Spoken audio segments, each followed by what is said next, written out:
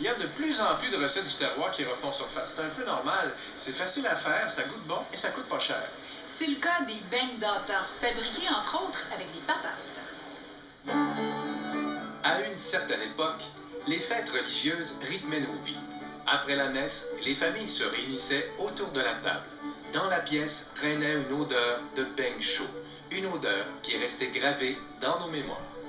C'est vraiment une sucrerie du temps des fêtes. Oh, c'est vraiment c'est associé avec la fête de Noël. De nos jours, les beignes se parent de glaçage et ils sont offerts chez les marchands de café. On est très loin du beigne antique créé par les Perses, eux qui les cuisinent pour célébrer la nouvelle lune. Il y avait 3 desserts qu'on faisait pour célébrer la nouvelle année ou la nouvelle lune. Les beignes, les crêpes et les gâteaux. 3 choses rondes.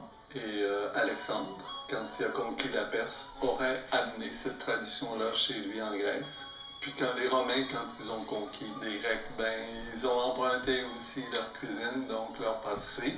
Puis quand ils ont conquis l'Europe, ils ont amené ça partout en Europe, dont la France, le pays de nos ancêtres. Et le beigne que confectionnent nos ancêtres est fait de blé local. Mais vers 1850, une mouche s'attaque à la plante et anéantit les récoltes. Il faut donc pallier à la pénurie de farine en modifiant les recettes. C'est ainsi que naît la pâte de beigne aux patates. Une tradition que perpétuent un père et ses 2 fils, ici, à Berthierville. Alors, pour faire les beignes aux patates, ça prend des patates. Un coup qu'on a nos patates qui sont prêtes, on peut les prendre soit un petit peu tièdes ou les prendre froides, mais il faut juste les piler un petit peu plus fort. Là, on va la vaniller pour lui donner une saveur. Donc, la deuxième étape, ça va être d'ajouter le sucre. Parce que dans la pâte à beignes, il y a du sucre. Il y a beaucoup de sucre, mais pas tant que ça. D'ailleurs, c'est 2 tasses seulement. Donc, on ajoute le beurre, du beurre fondu, pour venir faire fondre le sucre, pour bien le mêler à la patate. On va ajouter de la farine, environ 7 tasses de farine. On va se mettre de la poudre à pâte, qui est juste ici. Ouais. Mettre 2 cuillères à soupe de poudre à pâte. Comble. Plus il y en a, plus ça lève. Il ne faut pas trop en mettre non plus. On va mélanger ça tranquillement en ajoutant le lait. Là, je remarque que vous n'avez pas d'œuf dans votre recette. Exactement. Ça ne fait pas de différence? Non, du tout. C'est une belle alternative pour les gens qui sont allergiques aux œufs. Puis on va finir avec les mains. Pour ceux qui ont déjà fait du pain, ça va ressembler étrangement à ça. On a juste à mettre un papier saran par-dessus. On envoie ça au frigo 2 heures à 24 heures. On sort la pâte du frigo. On s'adjoint un nouveau frère. On va lui montrer comment faire les fameux beignes. Comment faire ça? Ouais. Vraiment, c'est notre pâte reposée 24 heures. Comme on voit, elle est très collante. Faut pas avoir peur de mettre de la farine. Là, le but, c'est de l'étirer jusqu'à temps qu'elle ait environ 1 cm d'épais. Ensuite de ça, on les dispose sur notre grille. Dans notre cas, on a une très grande grille. Alors, je vais aller porter cette grille-là à votre père, on va les faire cuire pendant que vous nous faites une autre grille comme celle-là, parce qu'on a un petit creux. On la dépose dans l'huile.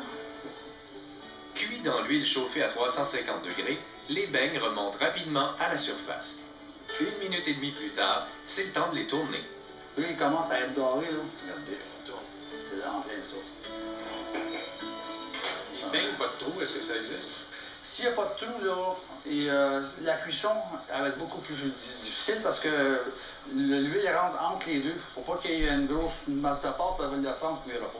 Regardez, c'est au centre. Ah oui, c'est ça, c'est pas cuit. Il n'est pas cuit. Très bon aussi. Craquant à l'extérieur, moelleux à l'intérieur. En plein ça. C'est ça qu'on veut, là. Voilà, à peine temps, c'est déjà rendu. 364 jours par année, la famille Arnois nous offre des beignes enrobés de miel, saupoudrés de cannelle ou de sucre, ou encore leur spécialité, trempés dans le sirop d'érable. Soit dit en passant, ce sont mes préférés. C'est maintenant le temps de vous présenter notre produit vedette. Aujourd'hui, c'est un